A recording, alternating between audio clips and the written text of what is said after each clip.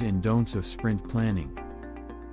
Sprint planning is an important event in the Scrum framework that determines the deliverables of a sprint and how they will be achieved. In Scrum, a sprint is a fixed period in which the forecasted work must be done. Sprint planning is done with the collaboration of the whole Scrum team, including the Scrum Master, the product owner, and the developers. Other people, like the stakeholders and sponsors, may also be invited if their advice is required. During sprint planning, the Scrum team identifies the product backlog items they would work on and discusses and prepares a plan for completing them. Sprint planning focuses on 3 essential things. 1. Why the particular sprint is valuable. 2. What and how much can be achieved in the sprint. 3. How will the selected product backlog items be completed? Knowing what should and should not be done during sprint planning is essential for successful execution. So, let's take a look at some do's and don'ts for sprint planning. First, we have the do's of sprint planning. It's important to 1. Prepare and prioritize the product backlog. Before planning, it's vital to prioritize the product backlog items.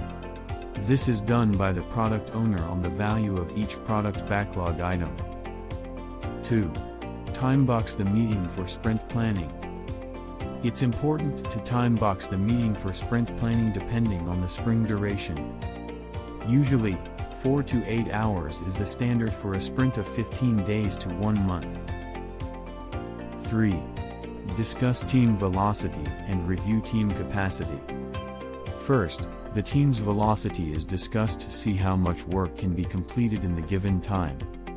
A team's velocity may help make a good prediction about the completion of the sprint. But this is so only when the team works consistently, and there are no changes in the team.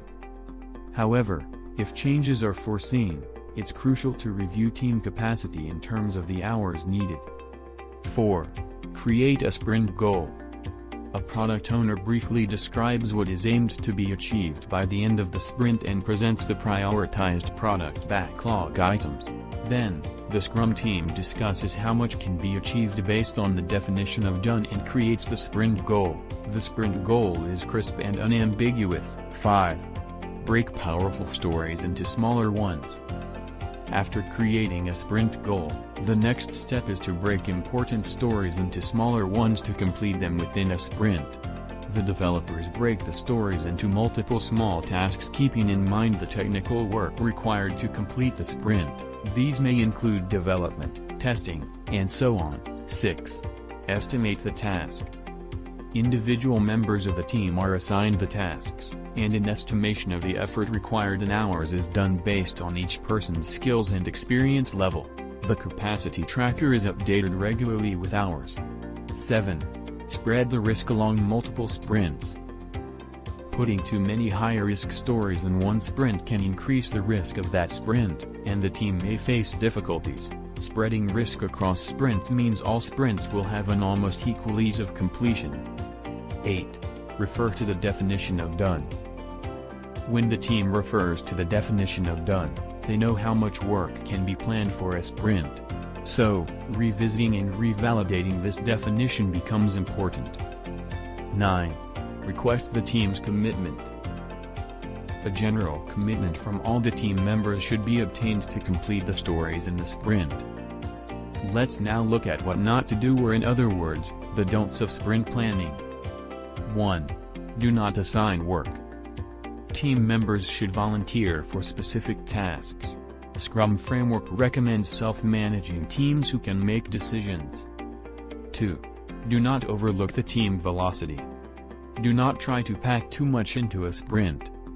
Trying to do more in a sprint than the past team velocity may lead to confusion, complications, and a loss of team morale. 3. Don't include large backlog items. There is no point in including huge product backlog items, as completing the sprint will be challenging. The team may struggle with large story items, and productivity may be hampered. 4. Don't turn up without backlog item preparation. The team must spend time in advance preparing the product backlog items. Otherwise, the planning meeting may take a long time, which may frustrate the team members. 5. Do not ignore the team capacity. Do not take individual capacity for the team capacity. Story points are there so that work of the whole team can be estimated and not for setting the capacity of individuals. Establishing individual capacities may split the very concept of story points. So, this should be avoided by all means. So, these are the major do's and don'ts of sprint planning. These tips, if adopted correctly, can encourage collaboration and lead the whole team to sustained success. Thank you for watching this video. Do click on the subscribe button to get an alert for our new PremierAgile Learning Shorts.